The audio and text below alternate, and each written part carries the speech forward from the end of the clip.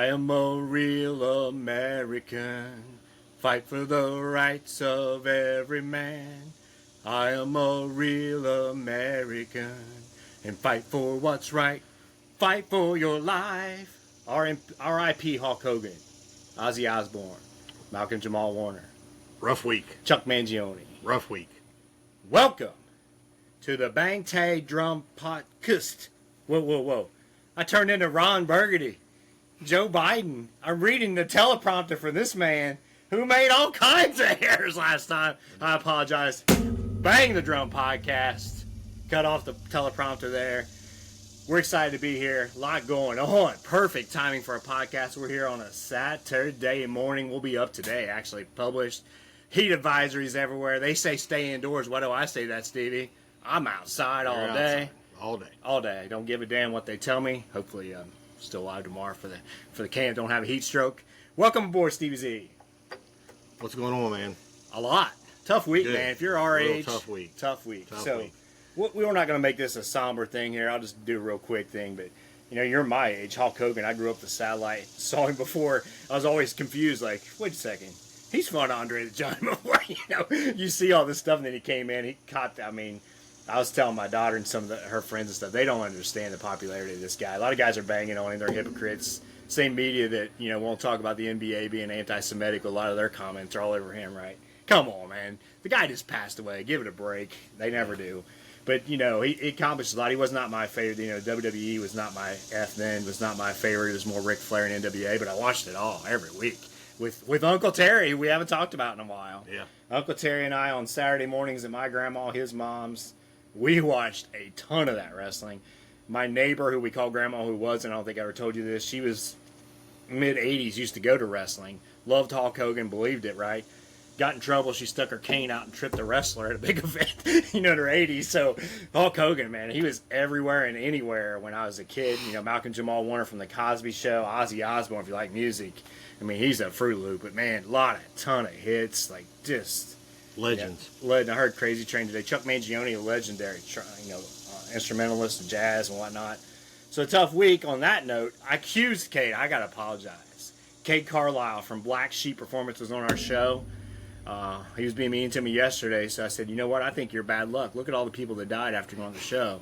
He goes, maybe it is bad karma, but I don't think that's it. I think he was good karma. He bragged up Shemar Stewart. He talked about Shemar Stewart. He's met Shemar Stewart. Look what happened.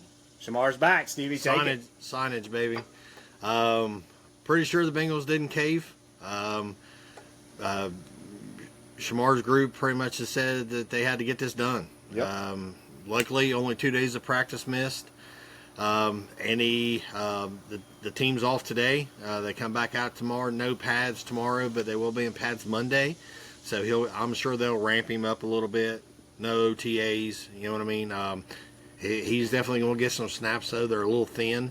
So it's going to be fun. We will be there tomorrow morning. So Shemar's first practice, we will be at the practice facility watching the Cincinnati Bengals, and Shemar Stewart finally gets the deal done. Weather permitting, of course. We will see how that goes. I was at Danny Fortson's first practice at UC. Kind of kin to that. Health player. Danny Fortson. Health player. So this is more important to me. I wanted Shemar here. Got tired of all the hijinks and stuff. We forgot to mention what Ted Karras said. You know, he's heavily involved into the NFLPA and all that jazz. But he said he was careful what he said the other day. But he said the thing that's tough is this is his first impression on his teammates. We missed that, or I missed it. I missed it. That was the best quote of it, what anybody said, owners and everyone else. That's your first impression. He's back quick enough. I don't think it's going to matter now.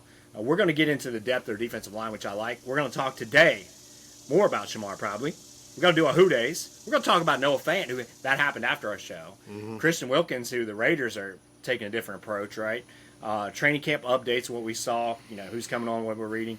I'm excited about this. We've been doing divisional previews. We're going to do the NFC North.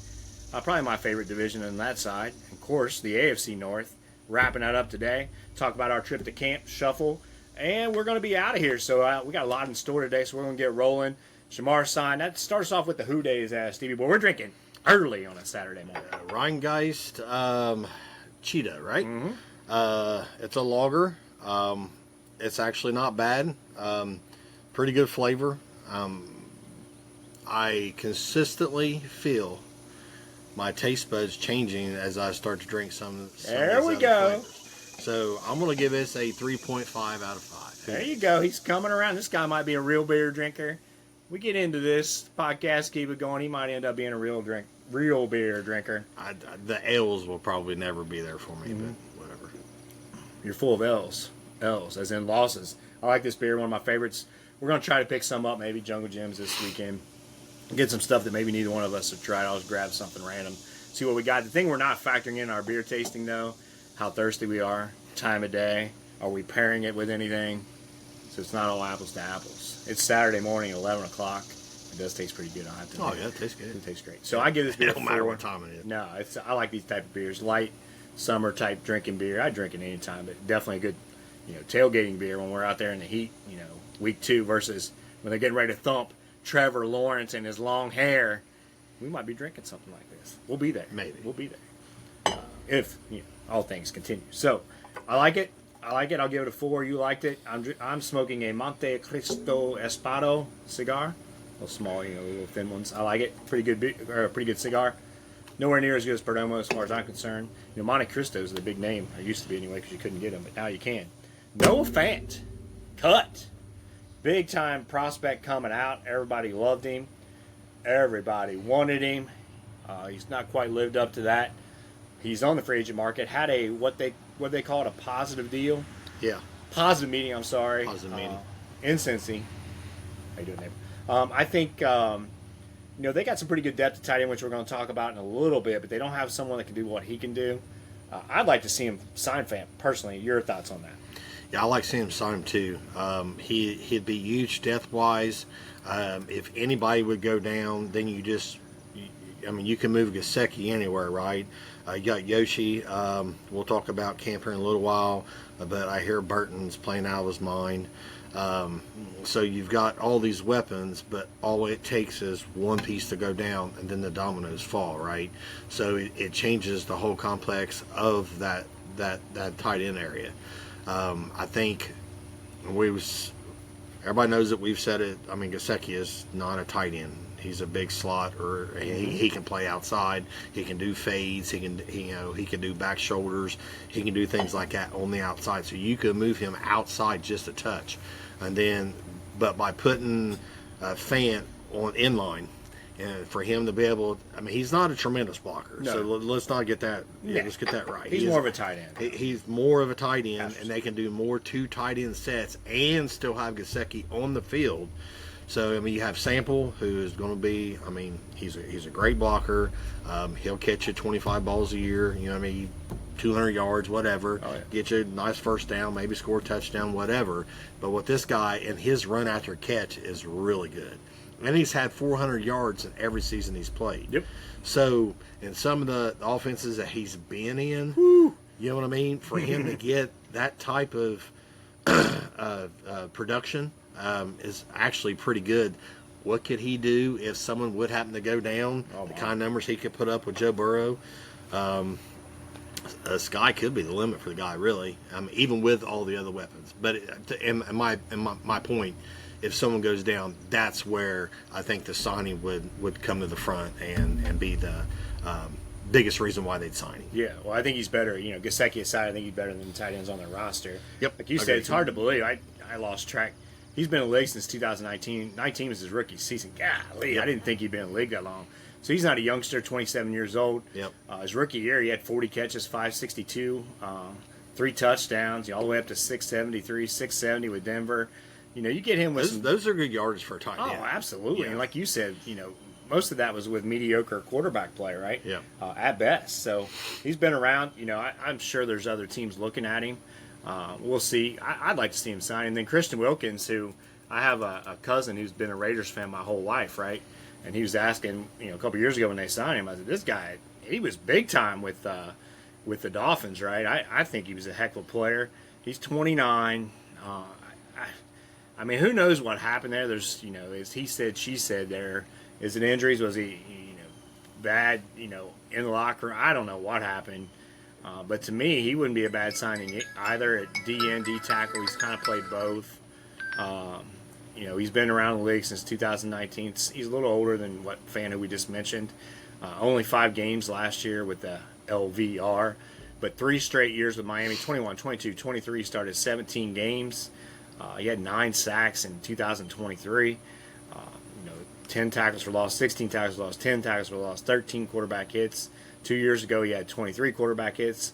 Your thoughts on Christian Wilkins? Will they go after him? A lot of rumors about that. I don't think they'll go after him.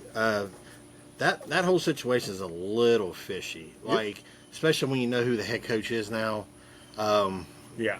It doesn't seem. I mean, of course, we all wanted him, right? And we were banging the drum for this guy, and it didn't happen. It may look like it might be a good thing that it didn't. When he was a free agent, you mean? When he was a free agent. So I'm not sure what that situation is like. I mean, we're a long way from from there. So I do not think it'll happen. I do not. I don't either. And I don't think maybe they should do it. I don't either, and the reason being, we've talked about it, numerous It takes times. snaps from everybody else. There you go. In the offseason, that's where I was going. Those young guys that, Chris Jenkins, McKinley Jackson, all those guys that they signed in the last few years, whether it be rookie free agent on the defensive line, which we're going to hit that hard. I just talked about their D-line depth before that. To me, I think he would take snaps from it, but he's more of a sure thing if ever. Who knows? You'd have to dot the I's, cross the T's, which they certainly would. Something's up. Like you said, Pete Carroll, typically a guy that he just wouldn't walk away from talent. Something happened there. So, right. Or there's something really that's going on that, if he says no, then chances are there's probably a good reason for it. Something smells funny in Denmark or whatever that saying is. So training camp updates. First, I'll say that the catch by Shemar Chase. Did you see it yet? Unreal. Unbelievable. The throw was also unbelievable. That's a double unreal. I think that's better than the throw that he threw against Baltimore in the back of the end zone. Oh, that's unbelievable. Unbelievable. Unbelievable throw. And the feet were down. Both feet were down on that. Did you say the feet are down? I said the feet. Duff feet.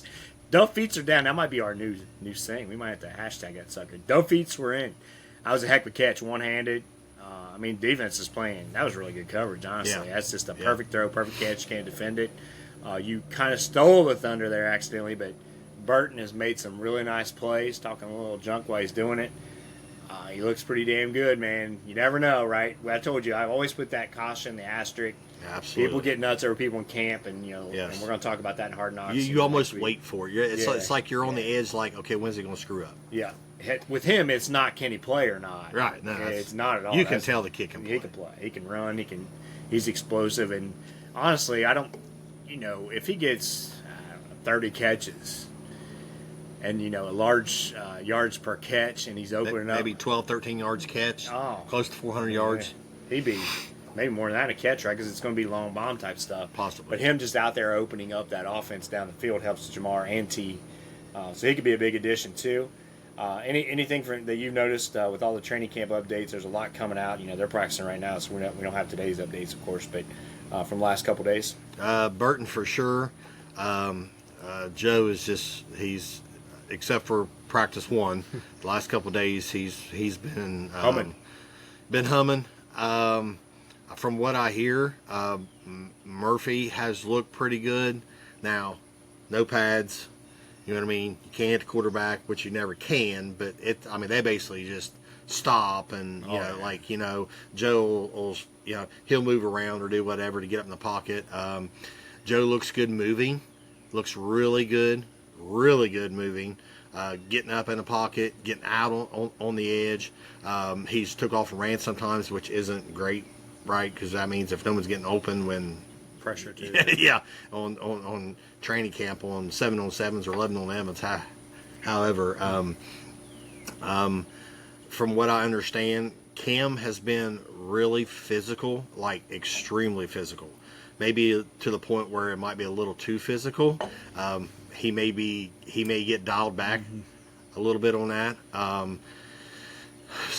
DBs have played pretty well, from what I understand. I haven't heard anything about the linebackers. I haven't heard I mean, from what I've watched on, because let's be honest, a lot of the highlights that we're seeing are a lot of offensive highlights. Oh, yeah. There is some, but I mean, the people who are posting are going to post, the bombs from Burrow, the catches from Chase. So I mean, if we're not there tomorrow, tomorrow morning, we'll get a lot better judgment. We'll have our own videos that we'll be able to go back and look at.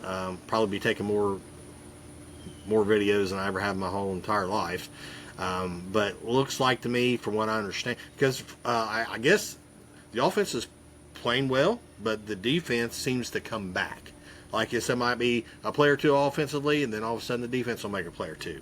It's more of a competition and not just an absolute ass kicking, right? Yep, absolutely. Which is usually how it is. I know usually early in camp the defense has the edge, but with this continuity that the Bengals offense has, I don't know why that would be the case. You're not adding tight end. You're not adding all this Same stuff. system, same. Lucas Patrick did go out.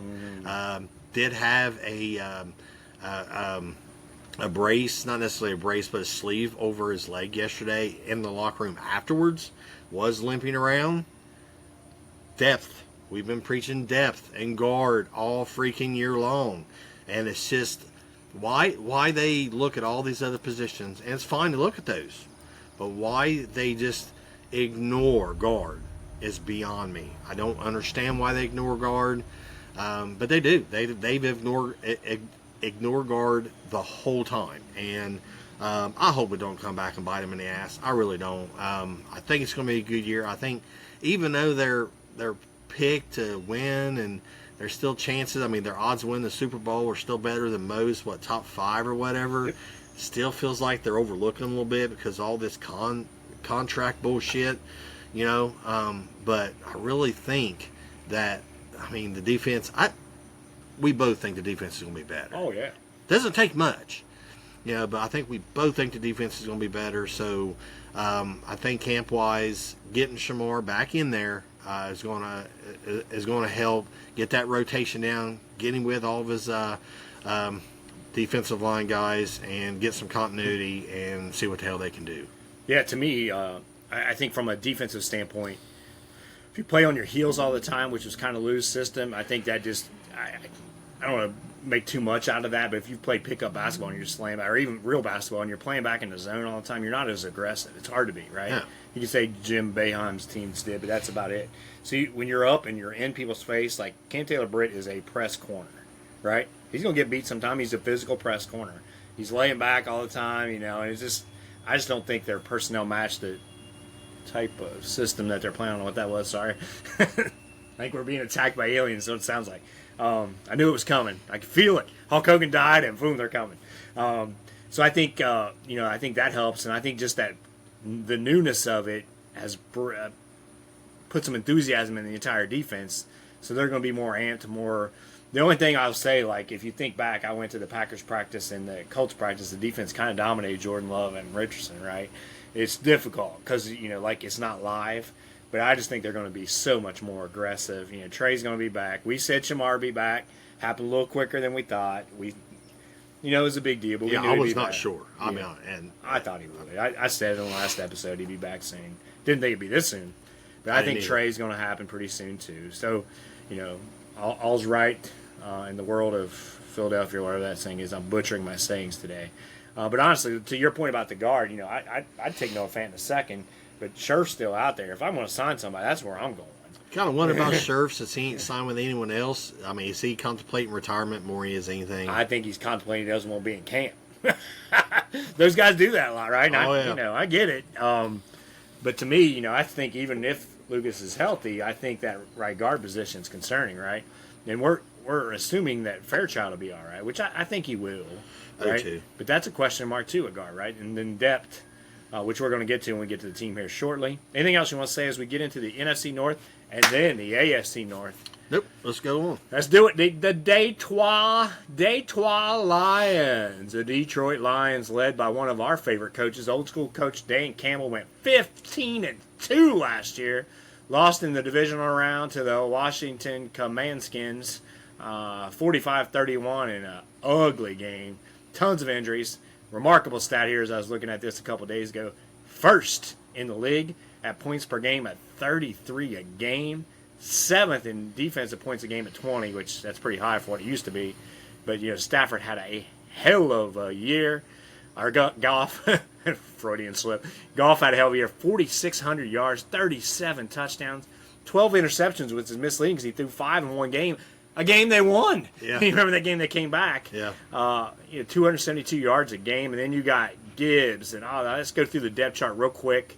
They didn't do a whole lot, and we'll talk about what I think is their biggest loss now. They didn't need to do a whole lot. They did not. Jamison Williams, who played at Ohio State and then Alabama, starting to come on knucklehead by all accounts, but he's starting to settle down a little bit.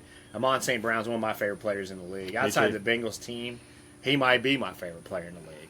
Love watching his videos when he's working out. I love his dad. I love how his dad treats him working out. I like everything about that guy. Yeah, I like that guy too. Isaac Tesla, which was, if you remember, my sleeper guy. They took him in the 3rd round, which I didn't anticipate that.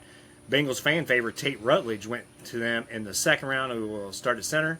Taylor Decker's getting certainly long in the tooth from the Ohio State University.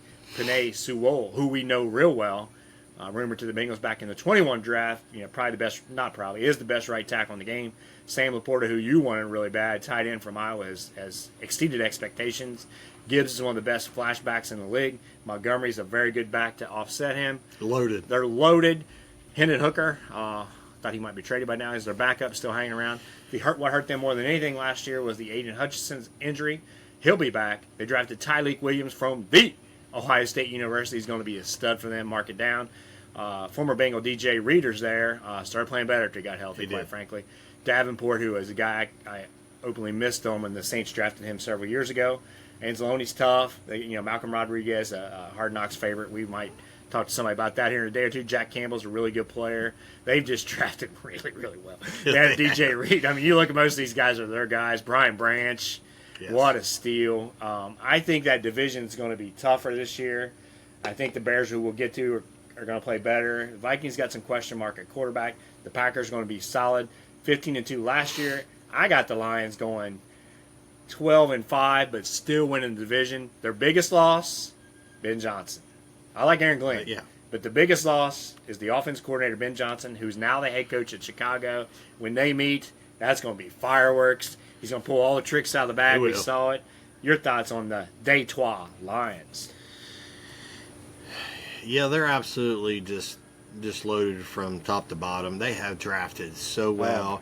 They've brought in key free agents too. Not what you would call huge blockbusters, but they complement the young guys real well.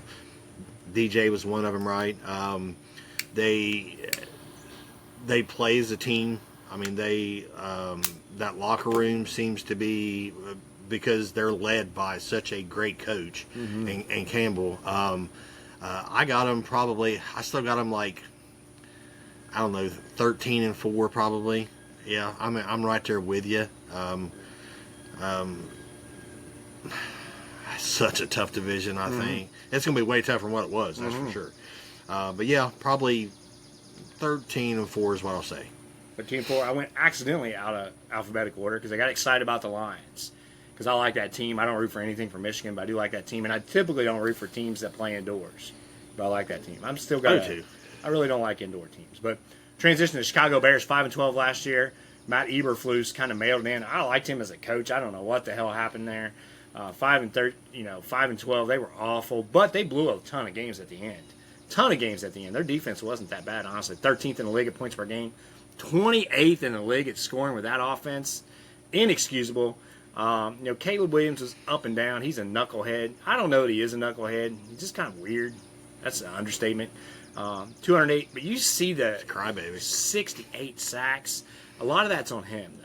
A lot of that was on him. Yeah. But that's when you look at their team, though, it does not match, especially now, does not match what they were last year. DJ Moore's a heck of a player.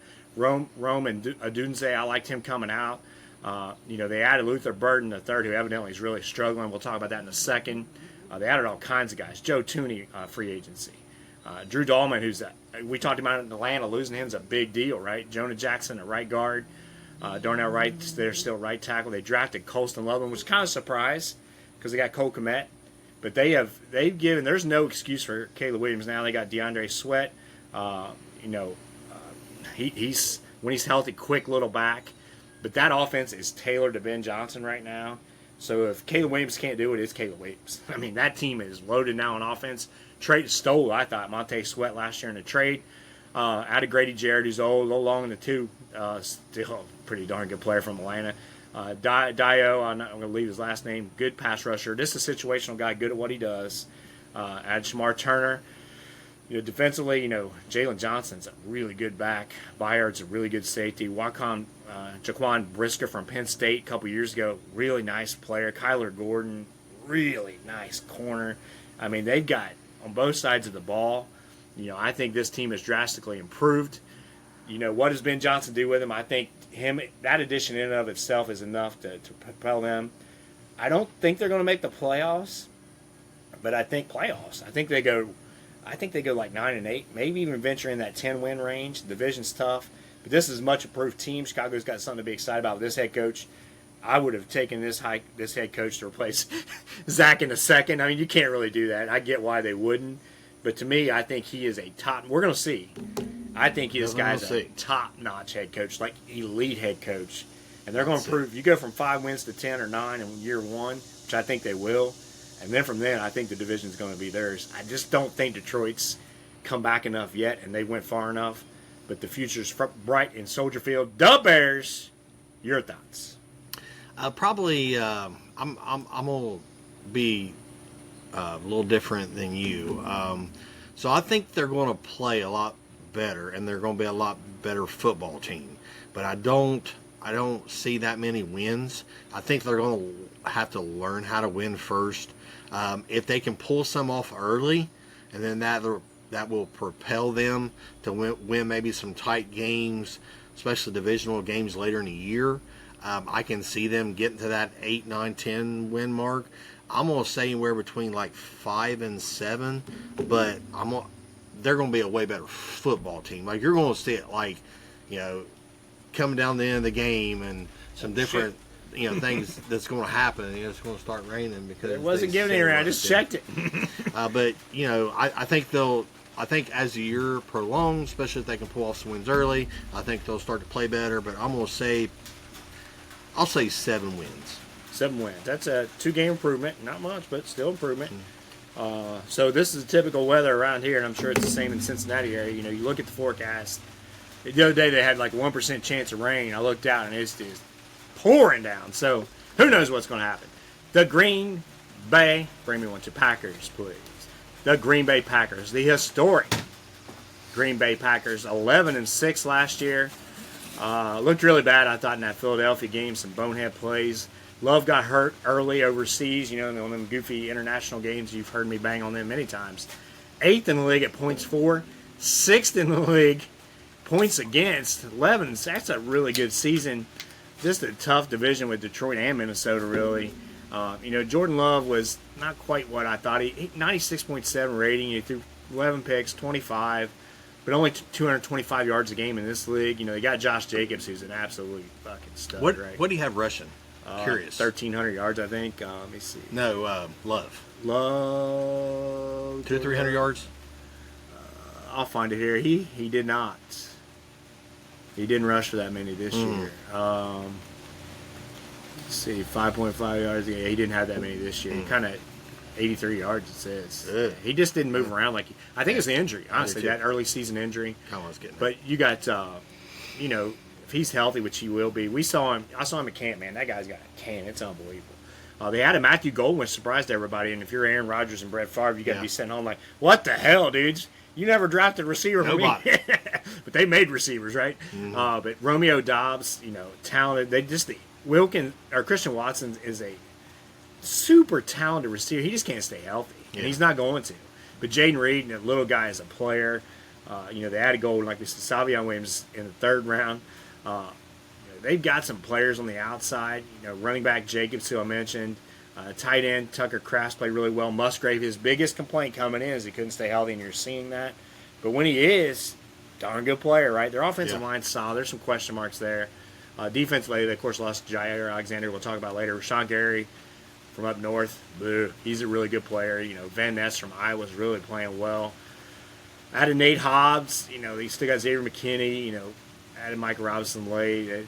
Still kind of the same team, which is probably good enough to keep them there. I think they'll finish ahead of the Bears. Bears fans hate to hear it. Go Pack Go, Lambeau Field. If you wasn't a loser, we would be at Lambeau Field watching our beloved Bengals, but you, my friend, are a loser. Green Bay will host Cincinnati. We're going to talk about that at the end of this division preview, but I think the Packers are right close to the Detroit Lions, but not close enough. But they do make the playoffs yet again as a wild card. 10-11 win range, ahead of the Bears, second in the division.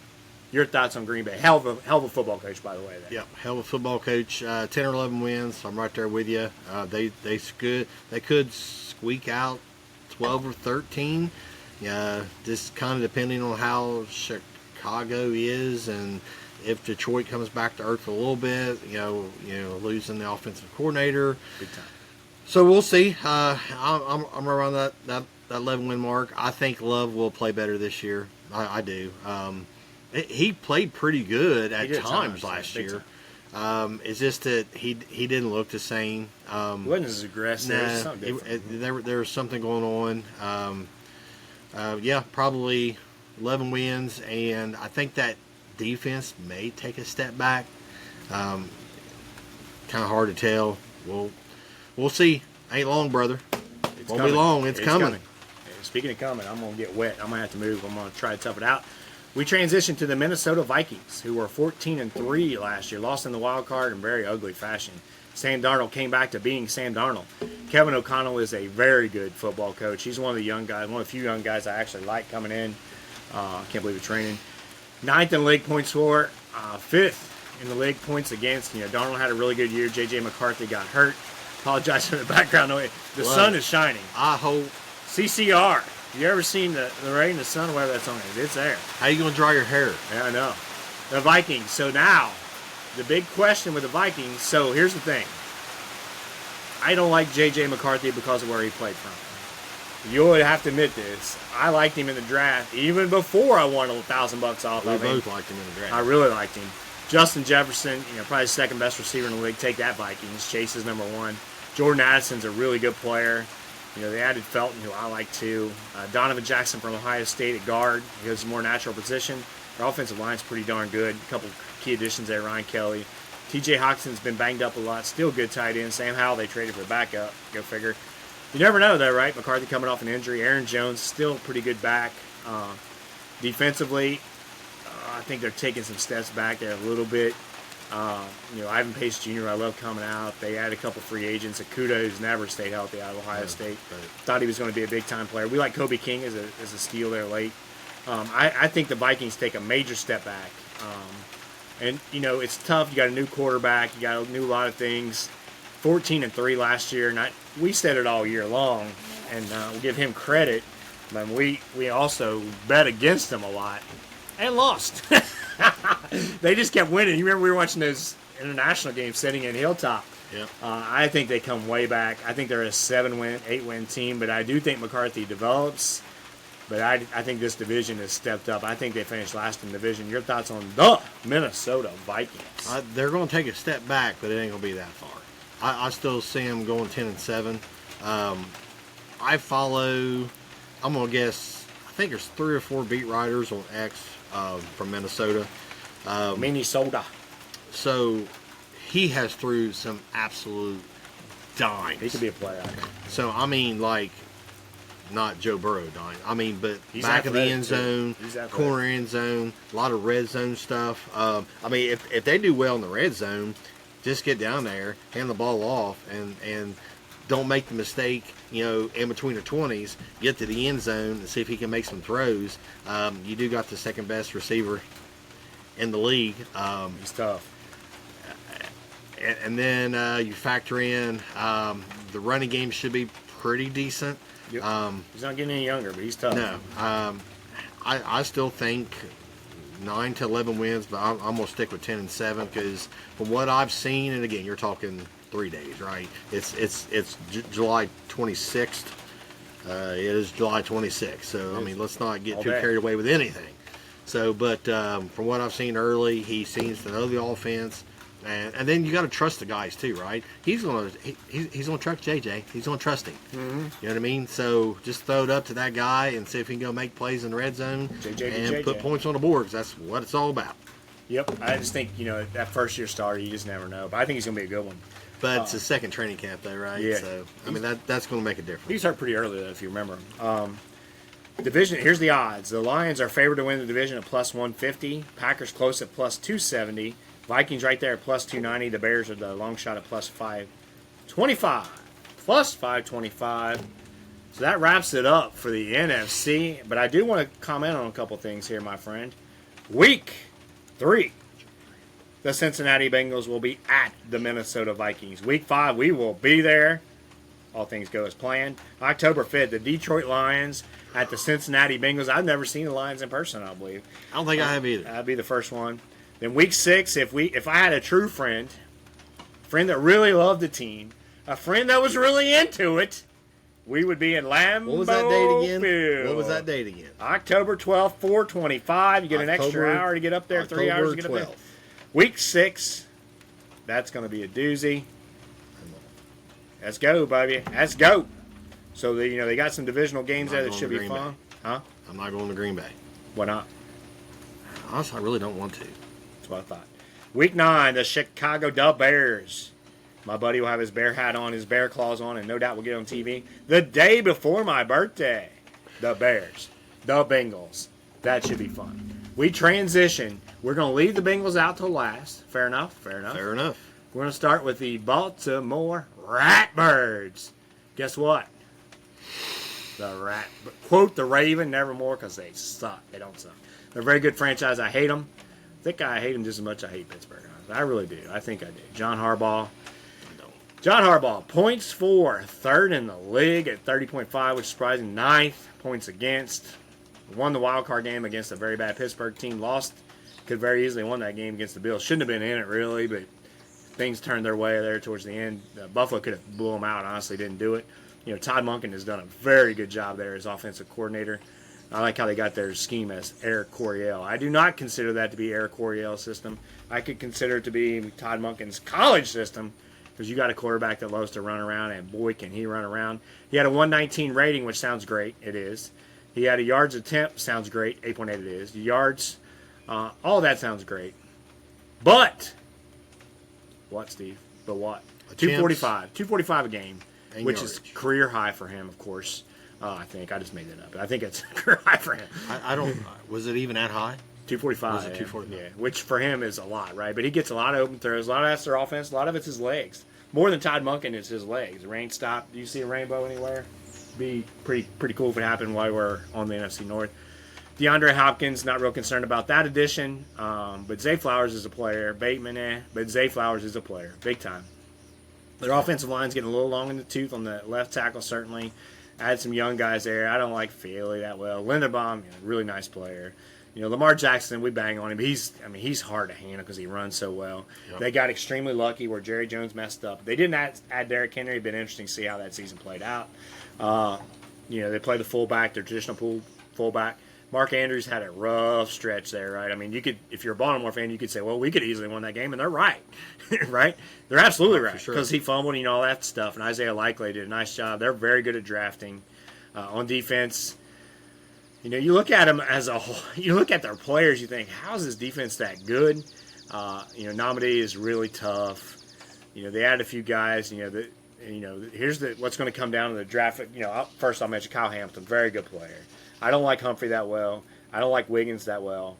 I think Hamilton is big time. In the draft, they had Jair Alexander from Green Bay. We'll see. Malachi Starks, we both liked him coming out. And then they took the risk, and I don't blame. People can say what they want. Mike Green fell. Something happened. All the teams know what happened. There's something behind the scenes pretty bad with this guy. We know what was alleged, but something had to happen more than that. They found something. He wouldn't have dropped that far. Yeah. But that's a typical. They added Chido Awuzie too, ironically. But that's the type of thing where you look at it and you say, that's a typical type of thing where Pittsburgh and Baltimore looks into a Mike Green. Could he be a player? He absolutely could. As a pass rusher, if nothing else, put him on the field on third down. I think he's good, man. I'm not going to backtrack because he's there now. Because I thought he was a very good pick when a very good prospect when he was there. Baltimore, I think they take a step back, and the irony of all this is they went 12-5. John Harbaugh's had a heck of a career. The irony is he was on his last legs. They can say he was getting fired. Like it was all going. Lamar Jackson came along, didn't really want him. What was a 30 pick? I mean, he's there. We got to take him, and then they were smart enough. Kudos to them to devise a system around him, which that's what you do. You don't force him into something else. He's rejuvenated the franchise, like him or not. They're going to be tough to handle, 12-5. But I think they take a step back. I think they're a 10, 11-win team. I think they finished second. We'll talk about first two later. Your thoughts on the Ratbirds? Yeah, you brought up most hated. So if it's a scale from 1 to 100, Pittsburgh's Big 100. scale. Yeah, and then I would say Baltimore is 99.5. That's pretty good. So it's pretty close. So either 10 or 9.5 or 100 and 99.5. So either way, I hate both teams. I hate them with a passion. I hate even watching them play the Bengals because I can't stand to watch them on TV. It's awful. I hate the kind of football both teams play. I just don't like it. Okay. Ran over. Well, even more than that, like Lamar, and it's not his fault. It's just all the roses thrown towards him. Yeah. He'll throw to a guy that's open from me to that deck over there because he's running around. Oh, what a throw. I mean, I could have made that throw. Left-handed. Right. That's the thing. It's not his fault that he gets all and guys can only cover for so long, so then guys got 3 or 4 yards separation. They cut up field. A 4-yard gain turns into a 12-yard gain. It's just things like that. His legs are special. That's fine. They're special. He's athletic. Yeah, I mean, he's for sure. unbelievable. You know, and that offensive line is not great by any means, but when you got a guy like him, he makes them look a lot better than what they are. Absolutely. Defensively, I totally agree. I don't see how they play as well as they do. Well, Quan Smith's a good player. But what it comes down to is They're well coached. they're well coached. Yeah, we can sit here and He's a hell of a coach. I don't like him. He's a squall bag, just like his brother. But He's a hell of a football coach. He's a hell of a football coach. I see him. I'm probably with you, 11 or 12 wins. There ain't no way I'm going to pick him to win 13, 14 games in this division this year. Problem is chalk down 2 for Cleveland right away, right? Because they're freaking horrible. I don't think the division's that good, but the schedule's tough because you play the North over there.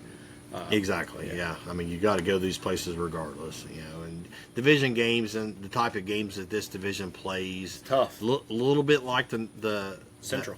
Yeah, but they're a little bit like the NFC North. They kind of have that sort of similar feel, but nothing like the AFC North. So probably right around the 11, 12 win mark.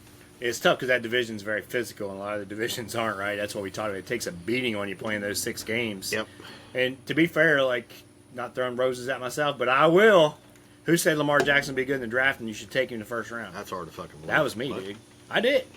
I'll bang on him because he's a little bit he's better than I thought he was going to be. But I said, if you devise an offense, the dude's not in the NFL. I got in arguments on the radio and everywhere else, but I said he's an elite athlete by their standards. They're like, he won't be able to run like that. And if I said go back watch him run around Myles Garrett and everybody else, that guy's off the charts. He's off the It's charts. not his straight ahead speed; it's his ability to stop and start. It's I don't even know how to describe it. I don't know. Running back top level.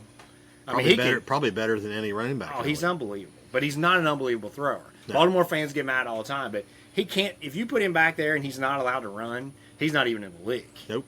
He gets everybody open, and hey, that's his skill, right? Especially in today's league where you're not allowed to hit. And they've been smart enough to devise that scheme around Lamar. Oh, absolutely. Because you know he's not going to get killed now. When they ran that zone read, became popular about 10 or 12 years ago, defenses said, okay, when they're faking hand off the ball, just hit the quarterback.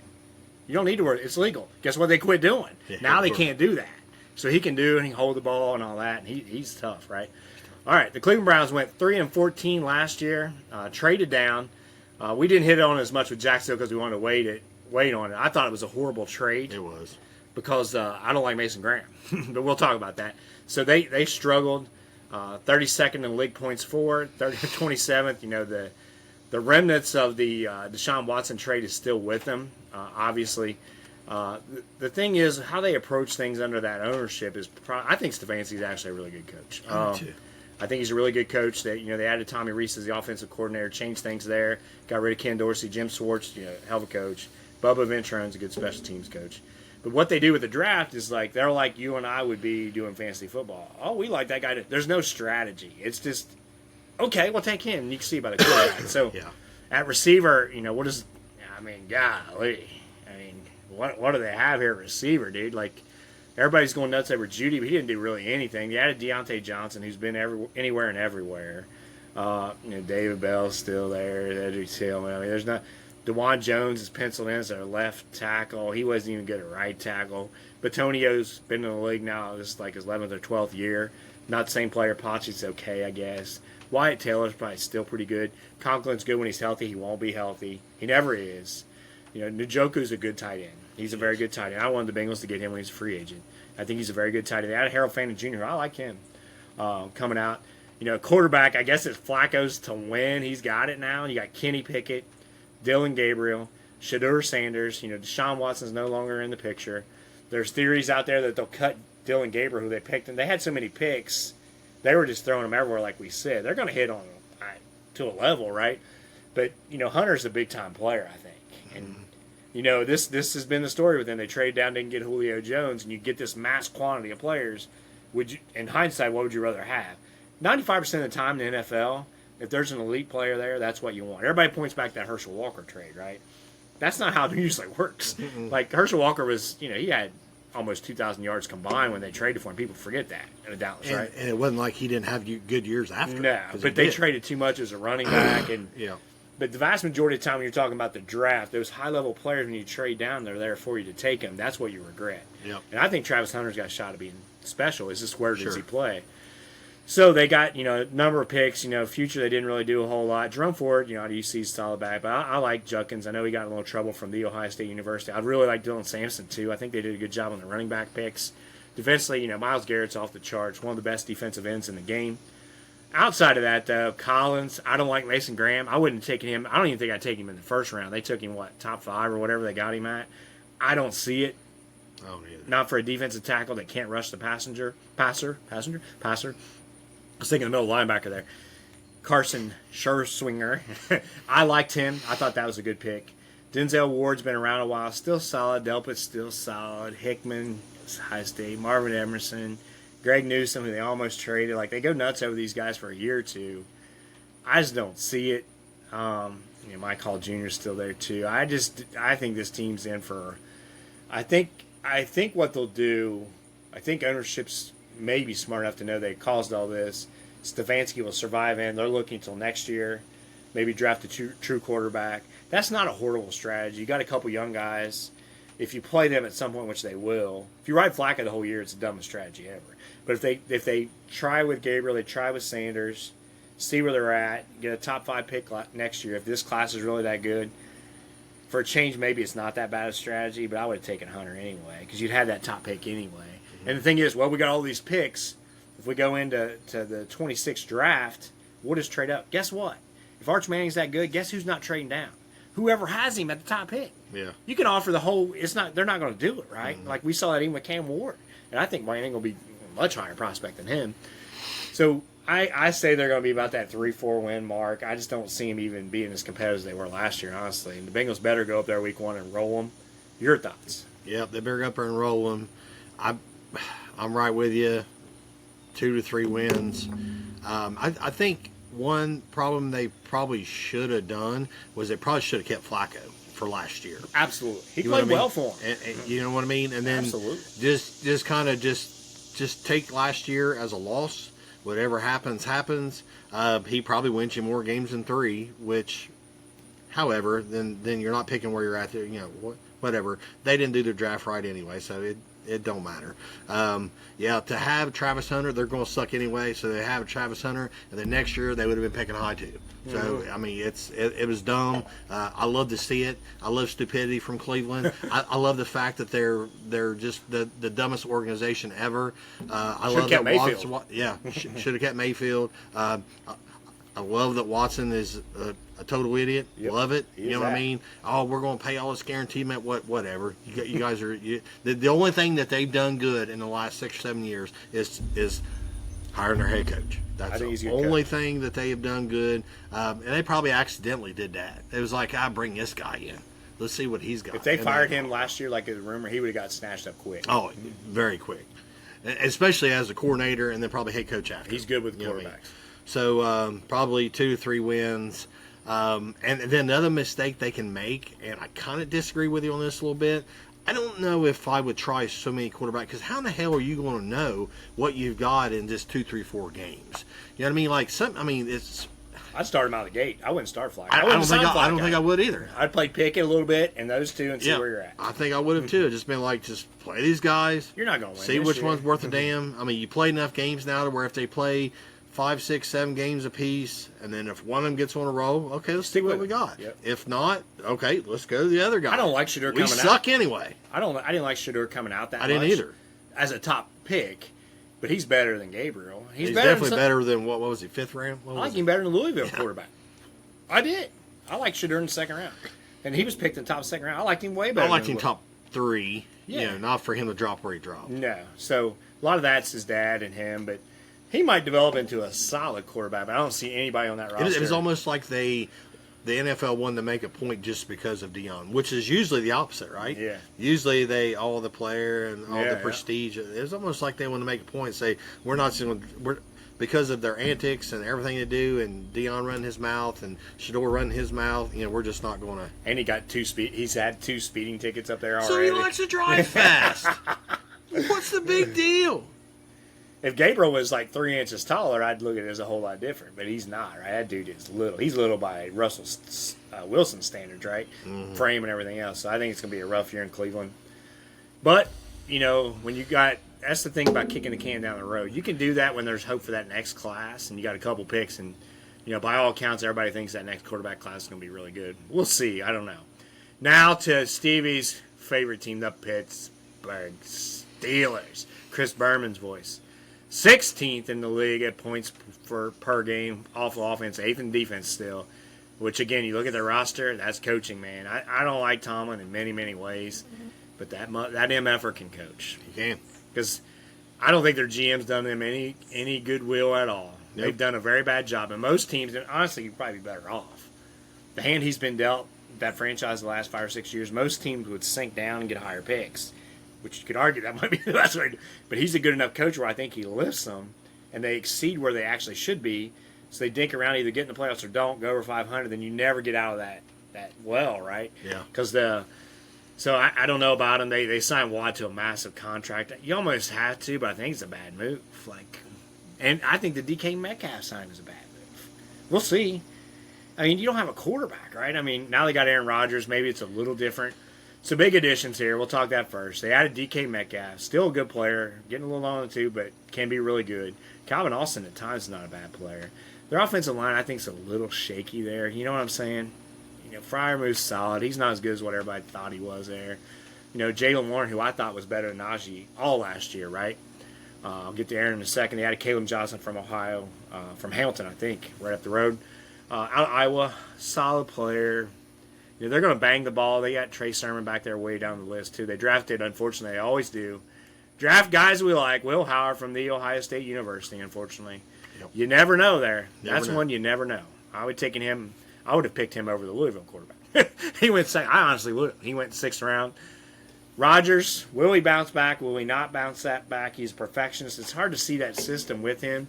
Can he tailor it back to where they're running the ball a lot? That's a big question. Yeah. Defensively, they added Harmon, 1st round pick. A lot of rumors about him going to Ohio State. That Benton kid's a good player.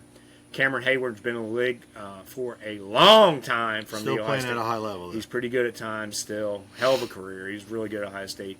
T.J. Watt, obviously, when he's healthy, he's still really good. Patrick Queen, who they stole from Baltimore. Peyton Wilson, who I love coming out of the draft, had a neck injury. There were some concerns about that. He's played really well. They drafted a guy we love. Unfortunately, Jack Sawyer, hate that, from Ohio State in the 4th round. I thought that was a steal. Highsmith, he's banged up a lot. They added Darius Slay, long in the tooth. Elliott, Juan Thornhill, who used to be at Kansas City, Cleveland. Joey Porter Jr. has not quite been what they want. They traded Minkah Fitzpatrick for Jalen Ramsey. We don't like that pick or that trade. I think it's going to unravel on them. this could go. I hope it does. I think it's either it's really big or really bad. I don't think it's a 10-win for him anymore. I think Rodgers really hits, or an 8-win. I mean, they go 9-8. He keeps a streak of over 500. I don't think that happens. I think Rodgers plays really well, and they make the playoffs and surprises everybody, or he's hurt, he doesn't, and they suck at quarterback, and this thing falls apart. I honestly think this is the year it falls apart. And there's going to be some questions. There's going to be rumors. Does Tomlin get fired? I think they're a 6-win team. I think it goes bad for Pittsburgh this year. Your thoughts? So I'm probably going to differ from you again because I kind of got to go with just what we've seen in the last freaking 20 years. I'm probably still seeing them as a 9-10 win football team. I think defensively, if Watt stays healthy, they could be a touch better. If Ramsey is Minka was good. Minka was good, but I think Rodgers can play well enough. Especially if he gets comfortable with DJ, Freiermuth, the running game can get going. I still think they can do that 9-10 win mark and possibly squeak it. I'll be honest. I don't think 10 wins will get you in the AFC this year. It's going to be tough. It's going to be tough. I can say might squeak in, but with that division, yeah. AFC's way better than NFC as a whole. I'm going to say right around that 9-10 win mark. And here we go. Hooday, here we go. We've waited for this. We are here. We've done a little bit, but this is official. Last year, the Bengals went 9-8, disappointing season. Got on a run, 5 straight, at the end of the year, is that right? 6 in the league in points per game at 27.8. Should have been more than that. 25.5 in defense was horrible under Lou Anarumo. I am going to go over some stats. We're going to hit the Bengals a little bit harder than we did these other scrub teams. Joe Burrow, 4,900 yards, 43 touchdowns, 289 yards a game, a 108.5 rating. Incredible performance. 70.6 completion percentage with shoddy offensive line play. Led the league in completions, attempts, yardage, touchdowns, yards per game. Littered up MVP in any other season. Jamar Chase, Triple Crown, 127 catches, 1,700 yards, 100 yards a game, Stevie Boy. 17 touchdowns. Chase Brown, I saw somebody post it weeks 9 through 17 combined yardage from scrimmage, top 5 in the league. They're going to get him involved more. Almost 1,900 yards if you project that. Yep. Out. I thought about that. I looked up some stats. Roger Craig one year had 1,000 yards rushing and 1,000 yards receiving on a team with Jerry Rice.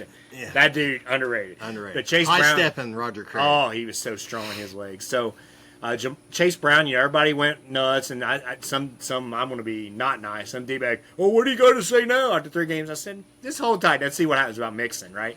Chase Brown outperformed him, and if they're both healthy this year, he'll outperform him this year even more so. That was even more so. It's not Chase Brown's fault they went 9-8. It was the defense. Chase Brown, good season, came on, 4.3 per carry, 360 yards, 990 rushing. He's really quick, explosive, 7 touchdowns. T. Higgins, we'll go over some stats there. The biggest concern with T is he's already having a hamstring. That's the problem, but signing him, I thought. 900 yards, receiving 10 touchdowns there, T. Oh, my gosh. Gesicki got on a roll. That's what I want to talk about. A lot of talk about what the Bengals did last year in either 12 or 22, really 12 personnel, which means 2 tight ends, not to get in all that mumbo-jumbo. But I don't care what anybody says. They're better. 3 wideouts, 1 tight end. They're way better with that. 1 back, 1 tight end. That shouldn't change. If Eric All's in there, I guess it does look different. He won't be. Gesicki had a really nice year on defense. Not a whole lot to talk about outside of our boy Trey Henderson. 17.5 sacks, 36 quarterback hits. My, oh my. Now we look at the roster. Real quick, way better in depth. Chase, T, Yoshi looks a lot better. Jermaine Burton, who we talked about earlier, coming on. Orlando Brown will be left tackle. Dylan Fairchild, the great in the ring against Sean Strickland, grappling. He looked great. 3rd round pick. Ted Karras, okay. Lucas Patrick, I don't like it. Cody Ford, I don't like it, but it is what it is. Amarius Mims, I do like it. Gesicki, Drew Sample still there. Tanner Hudson, McLaughlin, he's fighting for a roster spot after being drafted. We'll get into, as we progress, we'll talk about, roster, that not this week, but going forward. Joe Burrow will be the quarterback, of course. Jake Browning will be the backup, of course. They signed Desmond Ritter to compete. He's not really competing. He'll be there. Drafted Taj Brooks, who we both like. Brought in Samaje Perine, who we both like still. Signed T.J. Slayton to help with the run game. B.J. Hill will start. Ozzy, Shemar Stewart, Miles Murphy will be competing against the edge spot. Trey will obviously be the other one when he comes in. Demetrius Knight, second-round pick, will start opposite Logan Wilson. Big year for Logan. He needs to prove something. Big year for Logan, Barrett Carter, he won't push Logan as much this year, but he might get snaps. Mama, He'll get snaps. Pronounce his last name, but we liked him from Wisconsin last year in camp. Oren Burks was signed. Will be a good special teamer, good nickelback, very good special teamer. DJ Turner will start at corner. The other corner will be CTB. Dax Hill's clear, which is great. Geno Stone supposedly looking better in this system. Jordan Battle, they speak highly of. We like Jordan Battle. He struggles a little bit in pass coverage, but I like him. DeJohn Anthony will be there. Tyson Anderson, elite special teams player. That matters. Pro Bowl. Shamar's with the team. We're excited about that. McKinley Jackson will get more snaps. Chris Jenkins, I think, has got a shot of being a really good player for him. A really good player. Depth on the defensive line, unlike years past. You got Trey, Slayton, Hill, Osai, those guys competing. You got Shemar. You got Murphy. You got McKinley Jackson. You got Chris Jackson. Cedric Johnson. You never know. I think he'll make the roster. I think he is going to make the roster. This team is better front to back than it's been in a long time. I think Al Golden is a breath of fresh energy. I think it changes everything. We'll see. I got the Bengals winning 12, winning the division. Look out. Super Bowl bound. Champions. Your thoughts on the Cincinnati Bengals? Don't get us copyrighted. I got 30 seconds. Is that how that works? I don't know. Yeah. To you, Stevie Boy. So, I think depth across the board is better from top to bottom. I think linebackers are going to be better. I think corners, more experience. I'm not sure what they're going to do with Dax. I still think they may move Dax, and like when they play at 4-3, I think Dax will be that outside corner. When they go to a nickel, they may move him in, and then have Cam Taylor and turn on the outside. There's probably going to be some switching around on that too. Depending how offenses are moving up and down the field, you ought to be able to take CTB off the field and put Turner in, or Dax, or different things on first down that you may not do. Super athletic. I mean, you're talking about first, second, third round picks across the board. Things they're going to do, I think they're going to blitz more. I think they're going to be way more aggressive. Offensively, it's par the course. These guys have been together. The continuity's there. I think Gesicki is going to make such a huge difference. They know how to use him now. They understand how to use him. And I think as long as he stays healthy, which he's, usually he does stay healthy. He put up career highs last year. Yep. And they didn't first 6 weeks. They didn't figure him out till week 6, week 7. So now, with all that being said, we want to be able to run the ball a little bit better, right? We want that pressure taken off of the O line, because that's what that does. You always talk about, if they run the ball well, then that'll give Joe possibly more time. Well, it's not just that; it slows the pass rush down interior wise. Joe doesn't really mind the edges. He can step up. He can feel it, kind of go up in between the guard and the tackle. He does that a lot. Like if the edge pushes or it gets pushed out by the right or left tackle, then he feels that seam as long as he ain't got that right or left guard giving that push back or in his center face. even. Or center even. So I think hopefully they can scheme up some stuff that'll slow some stuff down this year too. Motions, some different things. And sometimes I hope they just go 5 wide again and just go, come on, beat us. Yeah. They did LSU a lot. He's done with the Bengals. And they did it the first couple of years. Yeah, they did a bunch of 4 and 5 wides. Yeah. I'm more for the 4 wide, because then I don't like that, because it seems like a lot of times when they go 5 wide, they send that running back out there. Which is, you know what I mean? And it's like, if you're going to put 5 wide, and you're not really scaring anybody if they bring that guy back to the backfield, because you'll probably still play action or something anyway, right? Me, if I'm going 5 wide, I'm putting my best 5 receivers in on the field. Yep. Now, with that being said, Chase Brown, could be that top 2 or top 3 from scrimmage guy that this team has this year. So maybe in this sense, if they go 5 wide, you put him in the slot. You may move him out of motion, out of the backfield.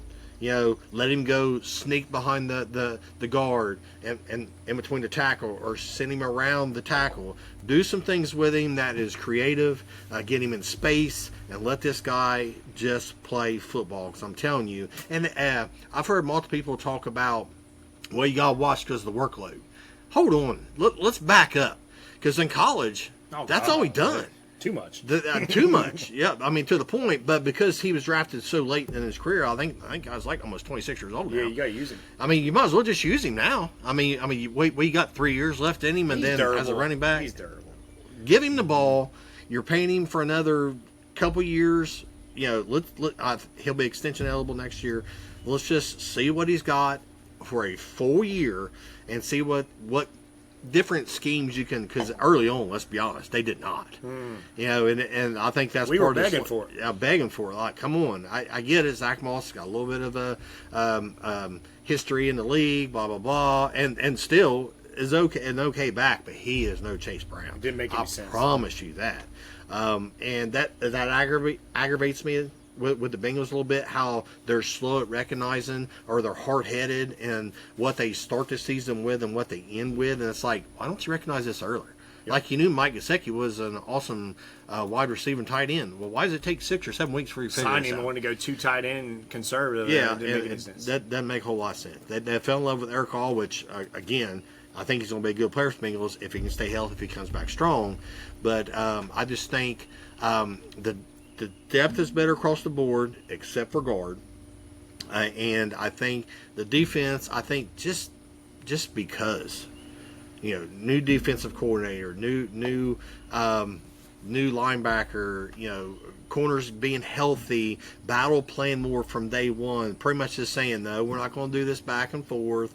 Oh my God, you missed a play, we're going to bring you off the field and put the veteran on. Yeah. No, we're not doing that. You're going to be on the field, make your mistakes, learn from them, and let's see what this defense can do. He's going to be more aggressive. I feel the blitzing part's probably going to be a big deal. So let's see how that works out. Yep. What kind of pressure he brings. So looking for a big year from my orange and black, and I bleed orange and black, so I'm pumped. Let's go. Who dey? You gonna make a prediction after all that? I got too fired up. I'm gonna say I'm with you. Probably 11 or 12 wins. I'd love to see him win 13-14. Get home field. Us be down there, freaking wasted, like falling on each other unintentionally. It'd be great. It would be great. I heard the crowd there at Seattle game in 1988. That game was played on New Year's Eve. They played him so much earlier than his divisional game. Bengals, and then the Bills AFC Championship game. That crowd was awesome. So I left 2 points for you. Shemar Stewart. We were mad at him. We were angry. We didn't mention him in the depth chart as much. I wanted this guy as much as I've wanted any guy the past few years. You kind of talked me into it. The more I got to looking at him, looking at his skill set. But really, I mean, and remember, we started early. So we had plenty of months to discuss this. Yep. But once I really got into his film, I was like, oh my God. He's a disruptor. He is. This guy, I know everybody doesn't really know him. They look at the 4.5 sacks, blah, blah, blah. This guy, when he gets snaps, and he will if he's healthy, he comes in, he's going to disrupt plays. He's going to force quarterbacks to step into Trey Hendrickson's side. This guy is going to be a beast. I never felt that way about Miles Murphy. It's not Homer. I didn't feel that way about a lot of other guys they've signed, as you know, Daxell and the rest of them. I wanted this guy. I believe in this guy. I can't wait to see him in person tomorrow, see what he does. He's going to be a beast. I'm telling you. He's going to be an animal. And then Taj Brooks, the running back. We talked about Chase Brown, rightfully so. He's not going to get – this guy in short yardage is going to make a difference. I think so. Elite vision. It's not about his speed. It's not about everything else. He is a pure running back. I saw a coach say he reminds him of Emmitt Smith. Now, come on now.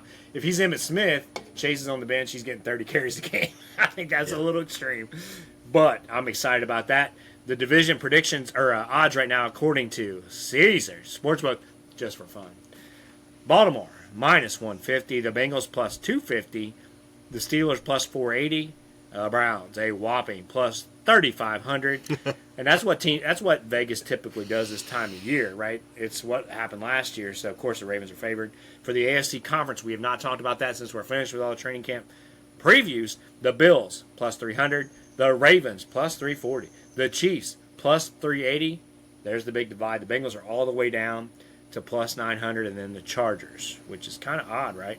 So you look back in the NFC, we disagree with this, but the Eagles plus 320, Detroit plus 500, the Niners plus 750, the Rams plus 750, and the Commanders plus 900. Super Bowl odds as we speak on July 26th. The Bills. It's awful hot for January. It is 625. Go Warning. Philadelphia's plus 700. Ravens 7. Chiefs plus 800. The Lions plus 11. And the Bengals are way down, even behind or tied with the Commanders at plus 2,000. Might not be a bad bet, folks. There we go. One quick Reds note we'll talk about tomorrow. Shuffle, and then we out of here. Did you see what Frank Kona did to Kevin Cash? I didn't. That's the most hilarious. He's done it forever. Oh, was it the score? Was there something that scored? So they're buddies. He played I did for see him. a little bit. Cash played for him, and that's to say he was an underwhelming player. So Frank Kona, he's done it when they went to Cleveland. He did it when he's there. He's the manager of the Tampa Bay Rays. Been there for a long time. Done a hell of a job. Hell of a franchise, really, considering the obstacles they face. Yeah. So he put up highlights of his stats and where he's batted, how he make it look on the scoreboard at Cincinnati. It's amazing he can pull that off. Yeah, it's great. Cash knows it's coming. So Cash got him 1 year with a moped, right? Because Tito's known for the moped. That's hilarious. That's Frank Kona as a leader. Yeah. And that's what he does to this team. They're hanging, man. They're game out. Game out of the wild card. They are hanging. They're still not playing as well as I think they can. No. So they are right there. It's going to be a fun summer. Thank God for pitching, that's for sure. Oh, their pitching's really good. And Ellie's having a year now. He's is up to having like a year. 280, something like that. He's having a year. Matty's coming on. Didn't have a good game yesterday, but you can see him starting to progress a little bit. He's up to 217, but they got some guys that are starting to play. It's pretty much going like I won't say hoping, because I would hope it'd be 35 games over 500, right? But it's hang around 500, win 3 or 4 in a row, hang around 500, so they won 5 in a row, right? And then they win 2, lose 2, and then all of a sudden they're 4 or 5 again. Now. Go on another winning streak, win 3 or 5 more in a row. All of a sudden, you're 6, 7, 8 games over. Play 500 baseball. Yep. Then do it again toward the end of the year. All of a sudden, you're 12, 13 games. You're going to win the wild card with those kind of numbers. It's going to be weird tomorrow. We'll be at camp Sunday. Camp starts at 10. We'll be there at 9 or a little before if weather permitting. And then as long as you got a long day, I'll let you talk about that shortly. Camp's 10 to 12. Reds play at 1. It's a shame you didn't have prior obligations. We could do both, but you're always tied up with everything else. Busy guy. Speak about Shuffle tomorrow again, please, sir. Geta Fest 5:30. What is Geta again? It is some type of food. Yes. That's a better answer than you did last time. So we are 5:30 to 9 at over on Newport on the Levee. We probably leave here. We're going to discuss this. It'll be early. We will get there early. We'll be in line for who knows how long, because it'll be freaking early. It'll be hot. It'll be hot. So by the time it's over, it'll be noonish. I'm going to guess my Shuffle bandmates will arrive in Newport around 2:30 or 3. We'll go get some meat if you want. No reason to even leave or go home, so might as well just stay down there, maybe drink a beer or two, get some lunch, leave from there, go unload, set up, play for 3.5 hours, tear down, load up, come home, get to bed at 1, get up at 5, go to work. Yep. So yeah, it's going to be. I'll probably go and fill it Monday night. You will. We'll bring a couple shirts and dress our 2 compadres in Bang the Drum shirts tomorrow too. I didn't think about that. Do we really want to? Well, the younger one maybe. The other one. Do we even want him to? Justin? Nah, we don't want. He him. comments on stuff. We appreciate the comments, but you're negative, Justin. I hate to say it. He's a Bengals fan. I'm negative, Justin, on the air. You're negative to Justin. I'm at Justin's negative. You're negative about him. Oh, I disagree with that. You don't think Justin's negative? Oh, he's negative. Yeah, I'm just not negative about Justin on the air. Now, Terry Rigdon, on the other hand. Yeah, Uncle Terry. Yeah. Shame we can't get him to go with Terry, us. Whoever. We won't leave the house anymore. That's just Uncle Terry for you. So, see, that's it. We got a lot going on. Coming up, we're going to do more training camp stuff. Who's going to make the team? So it's pure football here on out. It has been the past few weeks. We'll still do beers. If you want, that reminds me. If you want us to buy it, if you send us $10, the Venmo will be down here. Send it to me. We'll buy a crazy beer. You recommend the beer. We'll drink it. We'll call out your name on the air. Thank you, whatever your name is. We'll drink the beer. Thanks for the beer, or whatever it might be. So load us up, make us squint. Finish us off, biggie boy. Gonna be a good weekend. Everybody stay safe, and if you're out and about, also traffic, stay to the right. Peace out. We out.